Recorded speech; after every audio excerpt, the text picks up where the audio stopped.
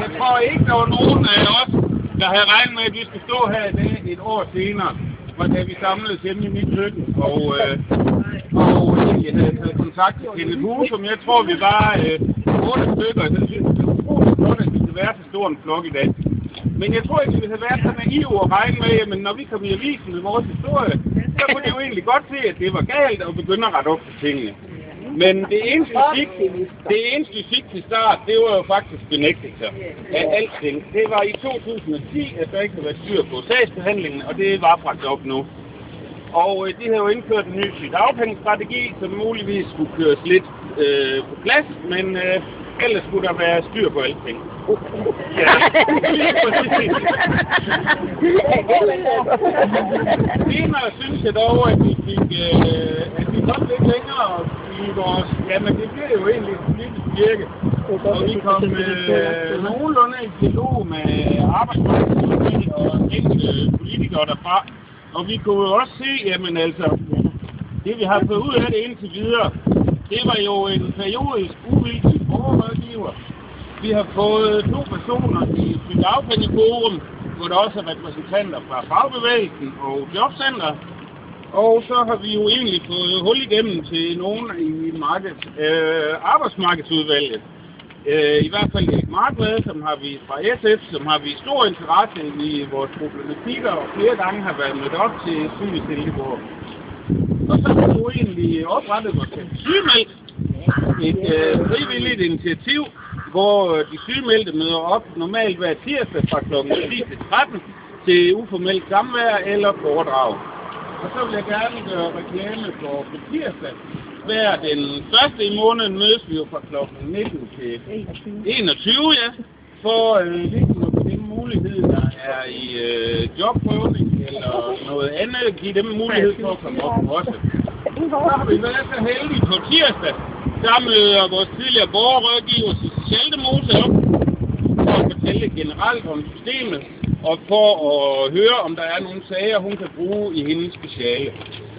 Og jeg tror egentlig, at den borgerrådgiver, og så er der en individuel rådgivning til dem, der har brug for det, fra en, der hedder Rikke Magnussen. Så der skal man medbringe sin sagsakter, hvis man ønsker at få noget rådgivning. Selvfølgelig, hvis der er mange, der ønsker det, så bliver det nok mere end en tid.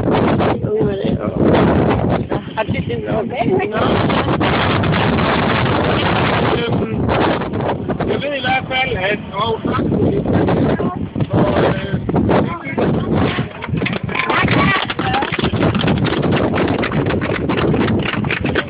tak til 3F for opbakningen hele vejen igennem.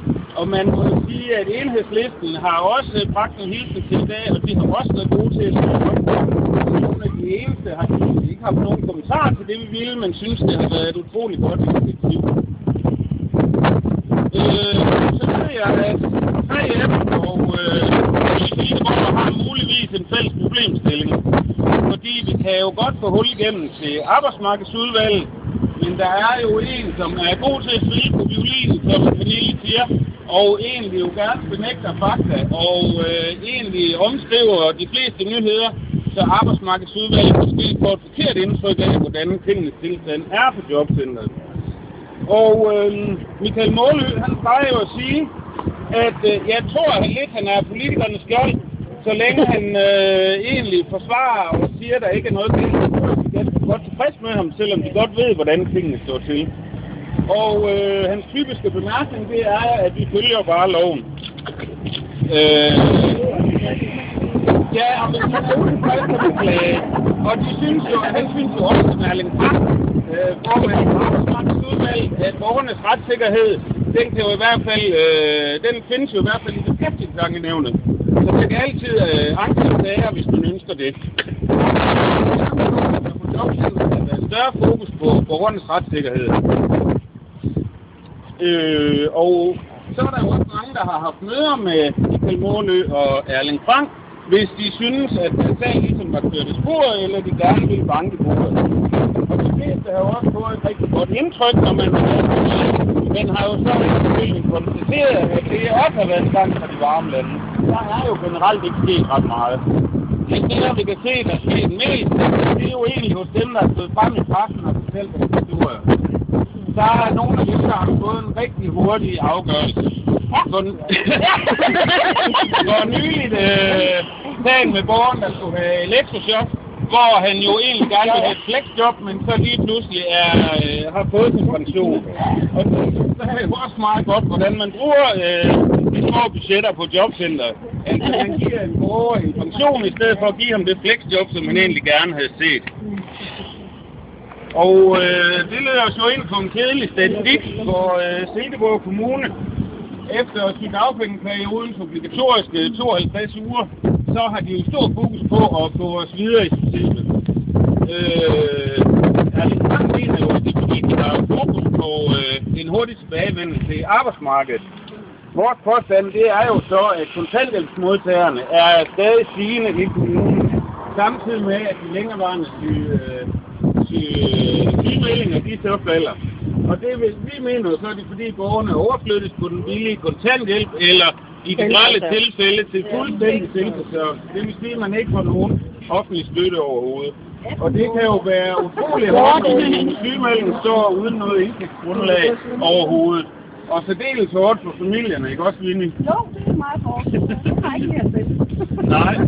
Og så har vi jo egentlig også fundet ud af i vores arbejde, at en vigtig del til at få os ud af sygedagpengesystemet, det har jo været kommunens lægekonsulenter. Der er 3 lægekonsulenter i kommunen, men især Thomas Holemann og Thomas Brynø har jo fuldstændig været et kapitel for os selv.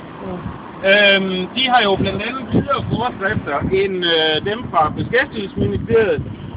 Og nu har vi lige haft en sag i Annettes tilfælde, hvor de har fuldstændig kædet rundt og været inhabile. Okay. En sag, som jo også har været benægtet af job- og borgerservicechefen. Men nu er det jo ligesom kommet frem i pressen, så jeg tør godt nævne Thomas og Thomas. Og de har også været brugt som en vigtig del til ligesom at underkende borgernes speciallægeerklæringer og sygehusudtalelser. Det er egentlig at være et minimum af det, der gælder. Og de har også været brugt i stor stil til egentlig at vurdere borgernes arbejdsevne og minimalisere vores skånebehov. Og det er også noget, som de ikke må ifølge Beskæftigelsesministeriet. Det er nemlig sagsbehandleren, der skal gå ind og hjælpe der. Og det er jo vores påstand, at de har jo egentlig nærmest haft det er jo egentlig lægekonsulenterne, der faktisk har truffet afgørelsen for mange af kommunens sagsbehandlere. Og de har ligesom blåstemplet sagsbehandlerens beslutninger, som så bare kunne henvise til lægekonsulenternes erklæringer. Så de har jo blandt andet også været medvirket til, at vi synes alt i alt, at jobcenteret faktisk kører langt ud over kanten af det tilladelige for os borgere. Så har hvem har egentlig haft kaffe og boller med i dag? Inger har haft boller med. Ja, og Elisabeth har også haft kaffe med. Og det har de jo gjort. Det har de og hvad? Ja, rundstykker. Så skal vi give dem en stor tak for... Ja. Så har jeg skrevet en meget, meget kort fødselsdagssang, som jeg godt tror, I kan finde ud af. Det er en lille Tommy Sebak-sang. Jeg skal nok prøve at synge det første vers, selvom jeg ikke er specielt musikal. Og så håber jeg, at I kan hjælpe til anden gang. Den går på Hip Hurra, det er vores fødselsdag. Skal I se, om versesbøderne de passer. Hip Hurra, det er vores fødselsdag, den skulle vi ikke gerne have flere af, for vi ønsker jo anstændighed lige nu. Er I med på den? Ja. Så synger I højt i kor.